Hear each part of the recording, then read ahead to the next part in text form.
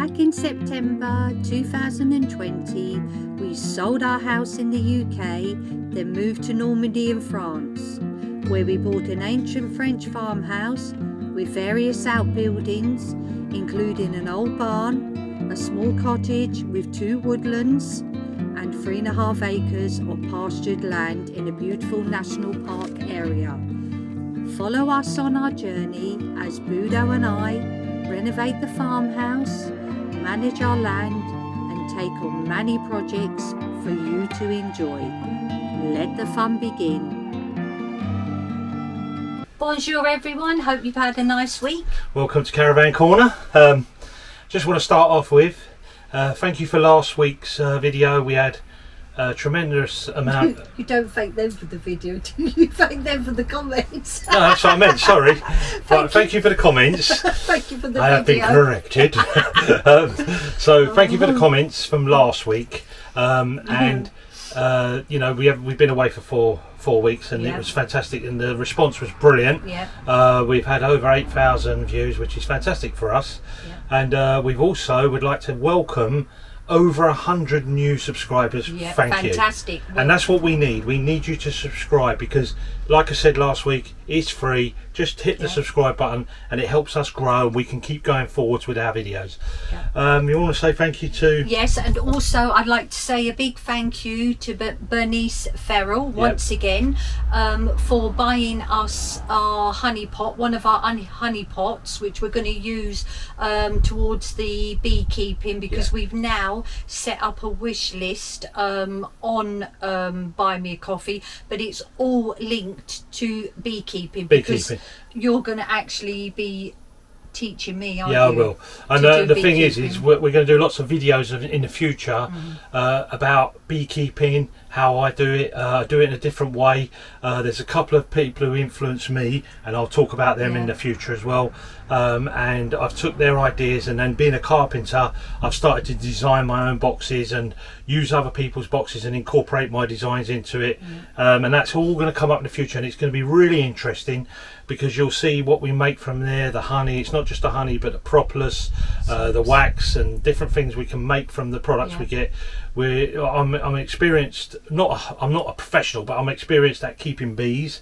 I used to keep 8 hives back in the UK, so all that's for the future. And I'm really looking forward to, because I've always been a bystander, as they say, in the background, watching you when you've done your bees. But I am really looking forward to actually. Well, they are fascinating. Well, I have been in a swarm, but actually been in with the bees. But they are fascinating creatures, and amazing. you know, you can learn a lot from it. And the thing is people don't realise, but without the bees in the world, there wouldn't be many human beings about. So you know, they're we very need important. It's for our food. They pollinate our food, and that's the key to them. And if you can, if you've got a garden, try and plant flowers, different plants that will attract the bees that the bees like. You know, borage, lavenders, all types of. There's so many. You can just look it up. They like little-headed flowers that they can get their heads into. And they love the chestnut trees, don't they? Love them. We found out that in last one you see them coming in, the bees, and but before I actually filmed it in the morning, they were coming in bright yellow. And what was happening is they were going into the sweet chestnut, not horse chestnut, sweet chestnuts, which have long flowers like this, thin yellow flowers, and they rub up and down on them, and they collect the pollen on their legs, you know, and that's what was happening. So they were dizzy with collecting the stuff. But anyway, very important to the environment. But yeah, let's we'll get onto that one in a few months, because it'll probably be next season now, but we want to build up for that. Anyway, but going forwards, the porch. Now I just wanted to thank Doris. Oh yes, and I just wanted to say another big thank you to Doris and Ian Bradshaw. Yeah, definitely. 2 of our patrons have been absolutely brilliant on supporting us in our journey, and also on YouTube and on Buy Me a Coffee. And thank you both as well for buying 2 items off our wish list. Yeah, thank you. And thank you to all our patrons. Everyone. Anyway, guys, listen. So we've now got the porch roof on. The tiling's done. You're going to see this in the video. I've done all the tiling, put all the flashings in. Everything's on there, ridge tiles. And also I've started the joinery. I've been really busy last week, so I've really gone back into it full head for leather, as they say. And I've now got the joinery all cut ready. I've made 3 sashes so far today, and I'll have the others done by tomorrow night hopefully, or no later than the next day anyway. And then they'll start going as well, so you'll see them on the next week. But quickly on the bicycle, I said last week we had this bike to review for you guys, and it's a beautiful bit of kit. We ain't going to do it in this video, sorry. We're going to do it in next week's video in 2 parts, and the video after the week after, because we want to give it an in-depth look on it, you know, what it's all about, and show you the boxing, unboxing, as well as the using of it. Okay, so that will come in next week's one. We'll just keep it shorter so you ain't overtaken by a whole or half a video of advertising, if you like. But I've been getting on with the sealing. I've done the rest of the filling on the tape and jointing. There's still a little bit of caulking to be done with the decorator's mate, and I've pointed all round the top of the plasterboard, following the contour of the plasterboard where there was little gaps. To the wall, where it meets the wall. Yeah, so I pointed all of that, so that's done. I've also been busy, haven't I, in the lavender fields, doing new bash down on either side, which obviously we haven't filmed that because it was quite windy. But so there's been lots going on, isn't there? Busy. And the general consensus of us doing this caravan corner, we don't have no problems with people saying, you know, oh, you're talking in the beginning, we want to see the videos. We only had one in the last video, so we just, you know, if you don't like it, just tell us, you know. Yeah. If you do like us having a chat with you before we start our videos, you know, it's there for you if you want it. But anyway, guys, we won't waffle on too much. No, because we're off for our Chinese, aren't we, for my birthday? Because it was my birthday on Monday. I won't tell you how old I am. Just over 50. So we're going to try out. We're going to go get changed and go and try Chinese out. I'm changed already, so. Well, I haven't. I've got change here. I've got shorts on. But we're going. Go and try this Chinese out and see what it's all about. With Valerie and Lionel. In France. That's strange, that, isn't it? Chinese in France. But and anyway. we have got another pétanque competition because Budo and Tracy, the score is 4-2. 4-2, yeah, we're losing now. We're losing. The French are beating us at the pétanque, you know, ball they call it as well. So we've been offered to go to a proper ball field, proper court, and we're going to play on there tomorrow. We're going to try and win some pride back for the English. So we are going to practice. Don't tell them. Don't tell them. Anyway, guys, look, we're going to go. Au revoir. Enjoy the video, and we'll see you next week. Bon weekend. Bye bye. Bonjour, Budo. Excuse me. Tell us what you're up to today. It's all them Smarties she's eating. Right. Just got it stuck in my throat. So I just want to show you about how I do tiling. I don't have the correct tools for tiling, so I improvise, and I'm going to show you that. So what I'm trying to do is, if you come over here, the first row of tiles to go on, so this is the wall side, if you like.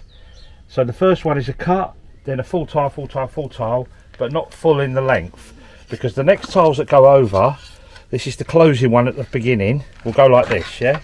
So the next tile that go on top will come flush with this, and it covers that joint up, and then they build on after that. But what I want to show you is how I'd mark one and cut it to that length, which I know is 9 1/4 inches. So I'm going to show you that now. So if you just pan down to there, Trey.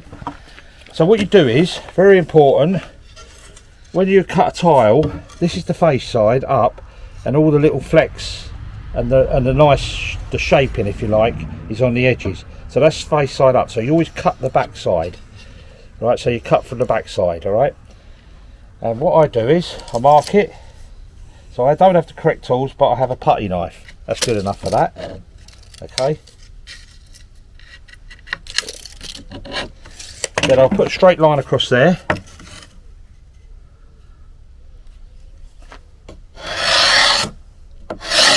Okay. Then what I do is I line this line up with the edge of this bit of wood here. If you've got a bit of metal, it's preferable. But if I line it up with the edge of there. Okay, and then what I'm going to do is I'm going to chop it. I'm going to use my metal detecting spade. They talk about improvising. But the key with this thing is this is like a guillotine. You're chopping, okay, and you want the weight. It's not about. I mean, that would be too light to do it. All right, so you want the weight. It doesn't have to have a sharp edge. Just has to have a square edge. And then basically all I do is I start at the edge. And I start to work my way across that line. Right, And you can see that gets a nice straight line there because of the edge of the timber underneath. So I'll keep my hands on it tight.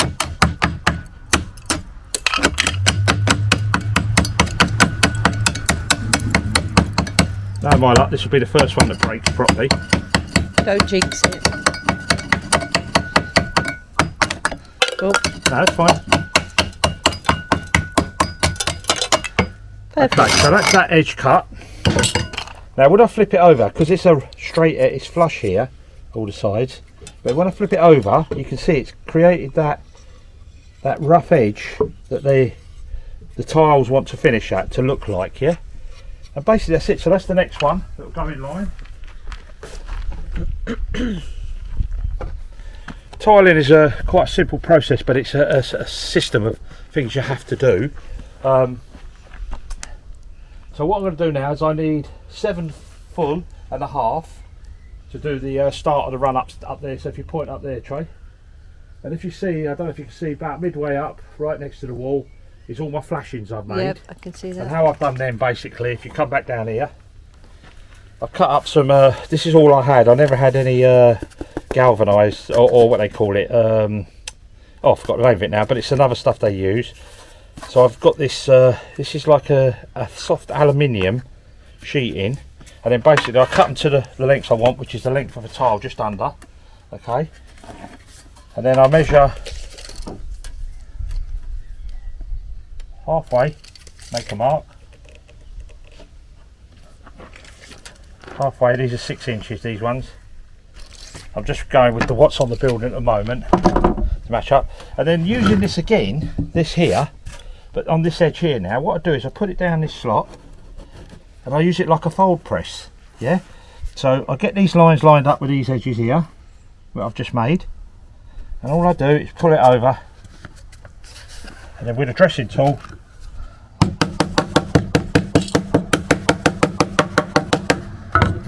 you can see it's bent on them like a ridge, marks. isn't it? It's created that little fold, and then how that goes, I'll just take this plastic off on the inside. So that's just a protective thing that came with it. I brought this over with me, it's just a spare. It was for the beehives actually. I make the beehive roofs out of it, but I thought I'd use it for the zinc, that's what they call it, zinc. Zinc, I was thinking that earlier. So basically that goes on in here, do you hear, look, and that would be up against the wall, okay, and then the next tile would come in, there'd be another one, and then you put that on, and another one, and basically when the water runs down here on this one, it'll run onto the next tile, onto the next tile, onto the next tile, so it won't come into the roof, if you like. And that's it, simple as that. So that's it for now. Merci, Buddha. So I'm improvising with tools. I'm using a metal detecting shovel, but it's heavy. As you do. And just a putty knife to mark it. And this is the tool I'm using to cut the aluminium. And then I'm using what we call a dresser, or a lead dresser.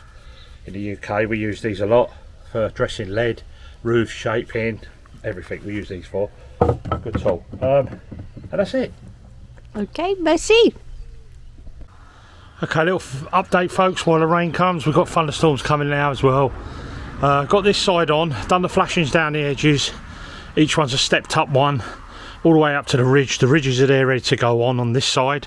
Well, they'll go on when the other side's done, but I've had to rain stop play, as they say, so I've had to stop just for a while. Hopefully it'll stop raining, but I've got about a third of the way or more on this side, and I've just got to take it up and then I can put the ridges on, but I don't think I'll be putting the ridges on today because I've got cement and with lime mortar. But look at this lot coming, and bit of thunder as well, hey? To boot. Anyway, gonna go and have a nice cup of tea now, out of the rain. There's a lot to see, a lot to do. Recently I've realized I like doing it all with you. Take my hand, twirl me around, hold me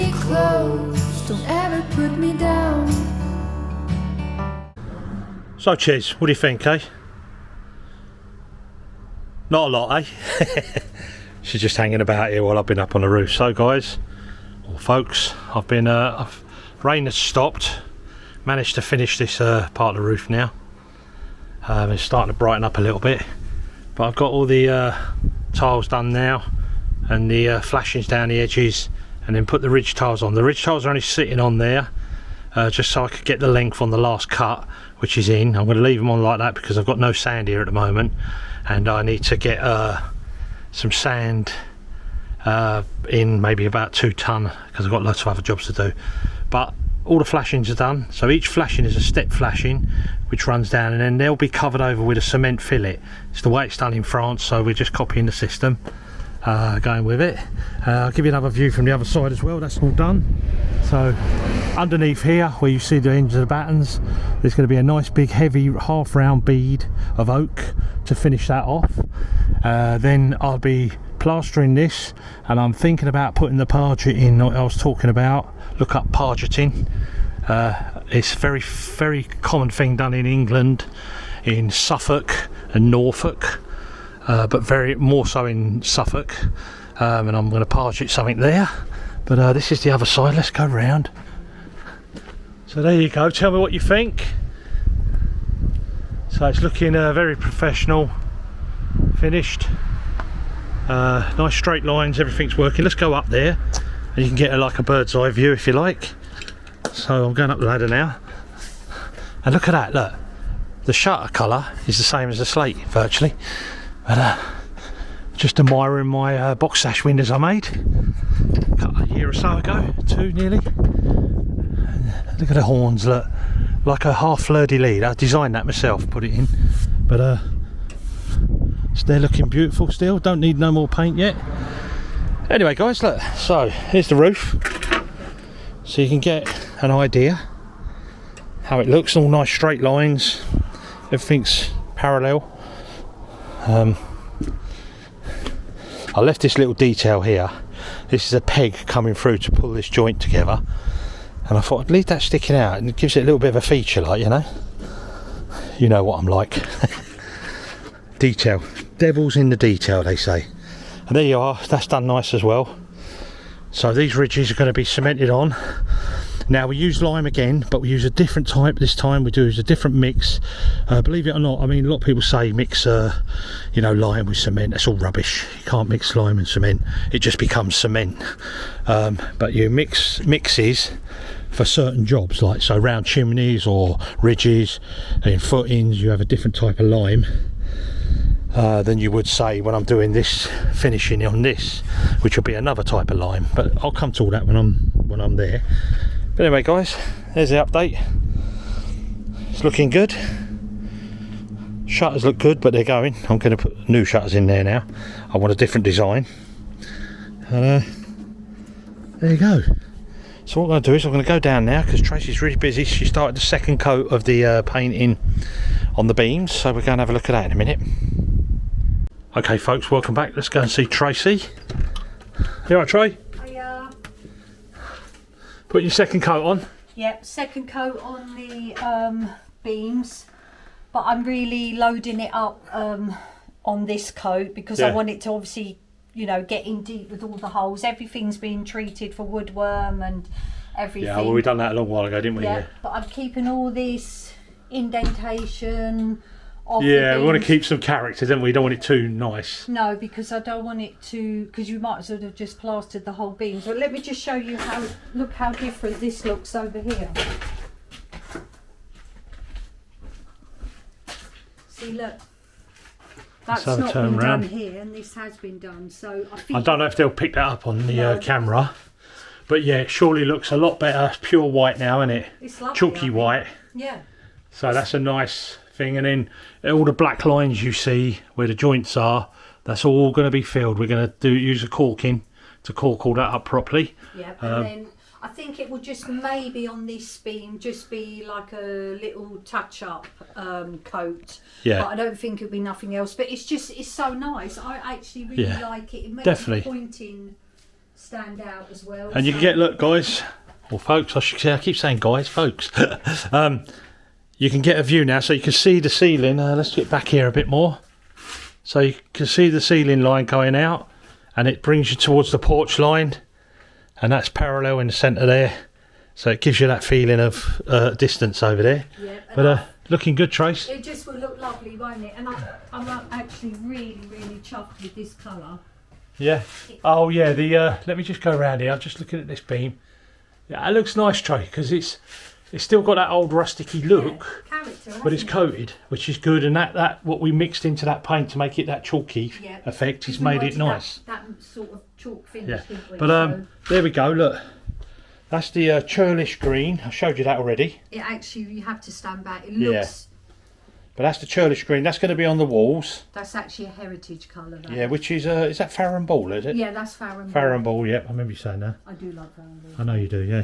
I know you're not. I don't like paying for Farron Ball. They do a lovely collection, don't they? And they're all original colours that they've used. Through Yeah, well, they've used authentic colours from the old properties in England, mainly, and a few in France as well. They've used, which is beautiful. So, but anyway, it'd be lovely, won't it, with all the china? And we could really go to town with the fabric, the pelmets, the cushions. But I think it makes everything stand out as well. The pointing and. Well, I'll just in a minute when we cut off this, go and have a look at the roof. I've finished it now. Lovely. I'll come out. I'll put the ridges on ready and everything's in place, but it's not completely finished. I've got to do the cement work, wet work. But fantastic. And my next job now, folks. Looking rather posh. Yeah, it will do. Is I'm going to start the joinery on these windows here to make all these up, and then maybe get the match board in, because we're going to match board all inside these to finish it. But anyway, Trey, well done. That's looking really good. Yeah, it's nice to be painting again. Okay, good morning, folks, and welcome to my temporary workshop. In front of you see here is an oak board. It's just over 2 inches thick, about 9 inches wide. Okay, and you get an idea. What I've done is I've just gone and got, well, not just, a few days ago, got the boards in. There's 10 altogether, I think, but I've got one here, one over here standing up, and another one just in that doorway there ready to pull out. They're all upstairs at the moment, stacked. And what they are brown oak. Now, brown oak is a lovely select timber of oak.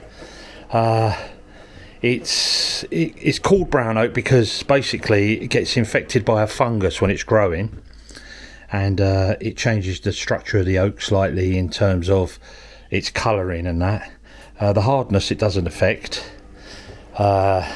Some people say it does, but it doesn't, and you get a much nicer grain and pattern, and I think you get a little bit better stability with brown oak in the terms of its movement. Yeah. But anyway, these are for the porch. So you might ask yourself, well, what, he's cut up a whole log and made it into a porch. Why would he go and buy some brown oak? Well, on the sashes, they have to be made with dried timber, okay? And they have to be stable as well. So that's why I use this oak. It's very stable, brown oak, and it's very pretty to look at as well, because this is being oiled, so you get a lovely pretty look at the oak. It will make this sashes stand out a tiny bit more than the frame, which you want to do because you want your eye to draw to that.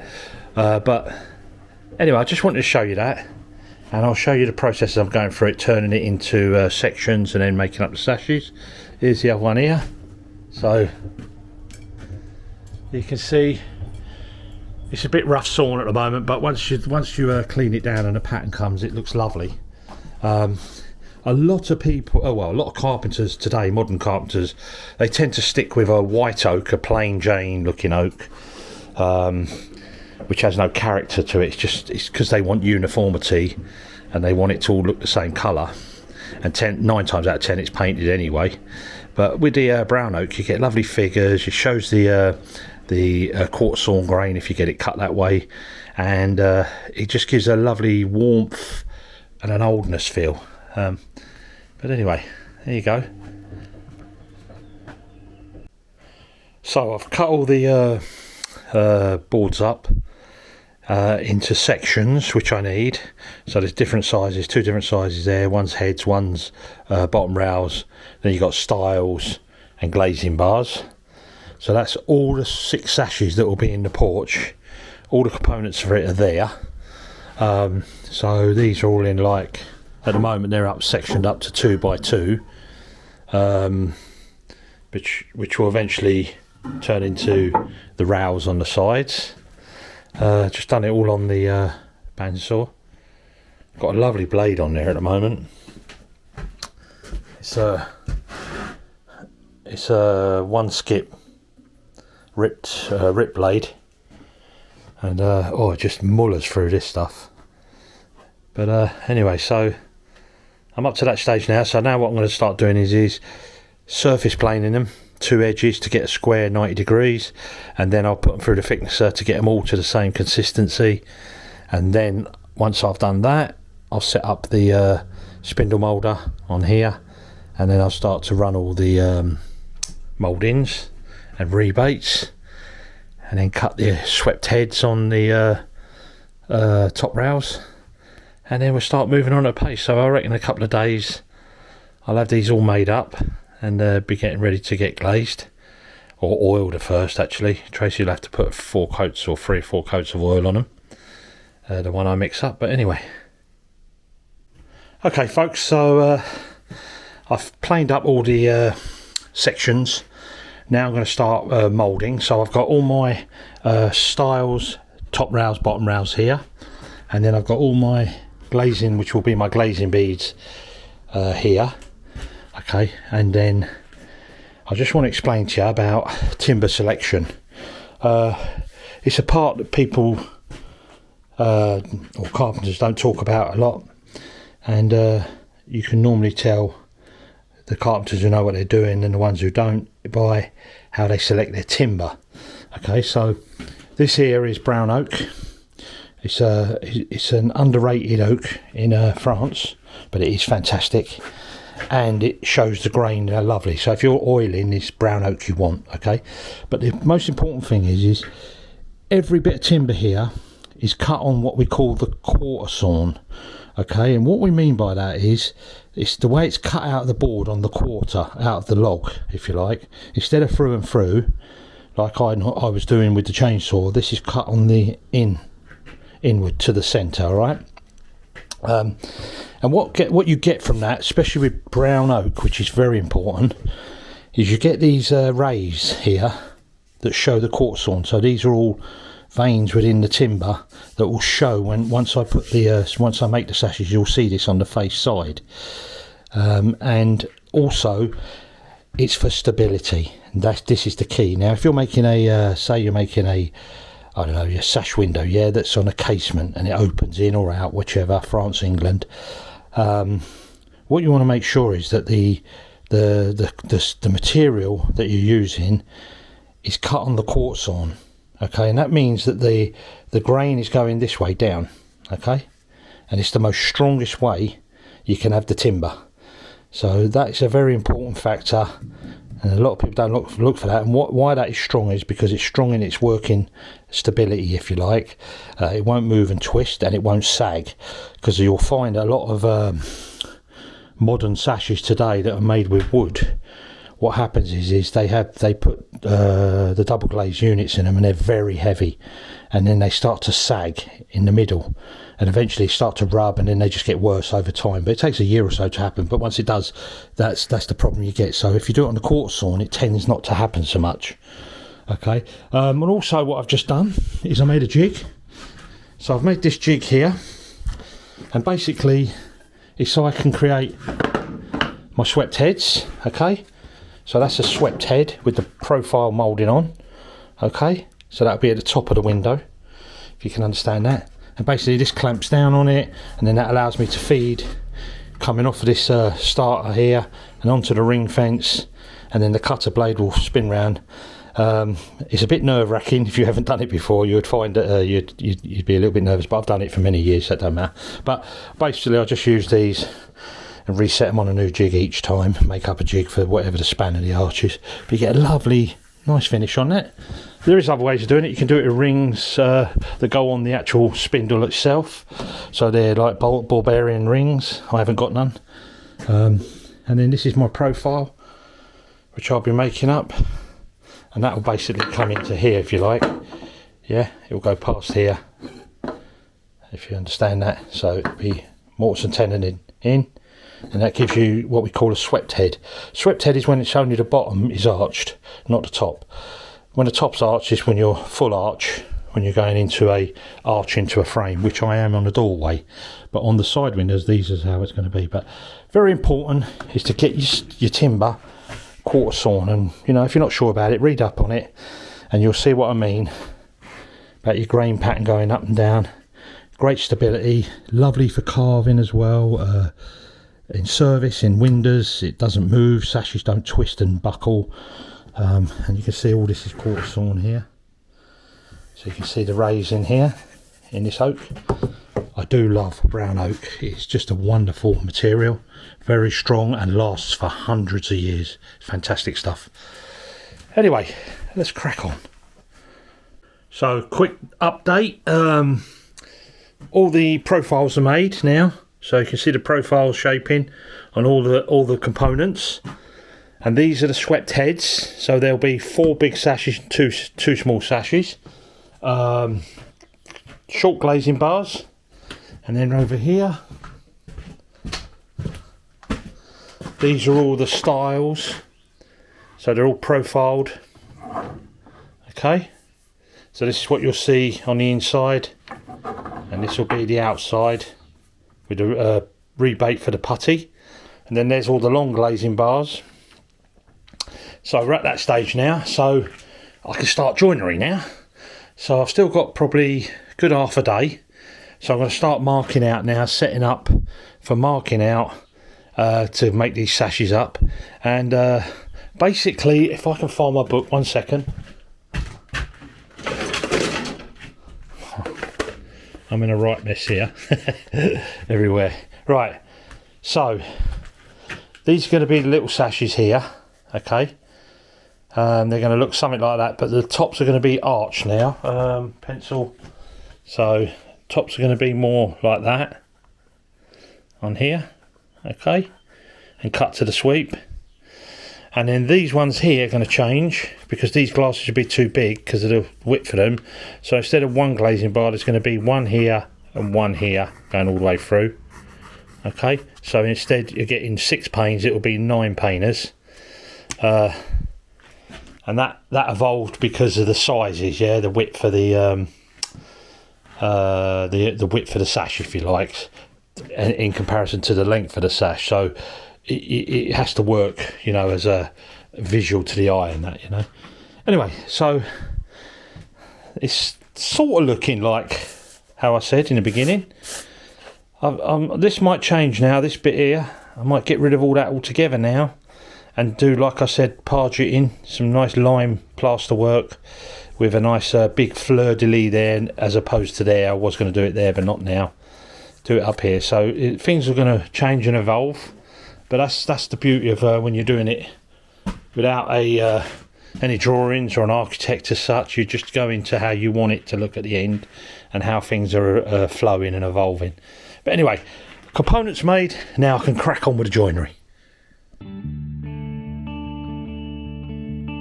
I don't know where you came from, but this road is yours to trail, made to mold into a song that's sung before your day. So you found the beat, the melody, the words to lift your soul. You were made with love. You were made with love. You were made with love for this world. Silence speaks under our feet. The roots signal across the land. Oh, Okay, welcome back. Right, so I'm moving on at a pace now. So what I'm doing now is making the little sashes, the two ones at the front, either side of the front door.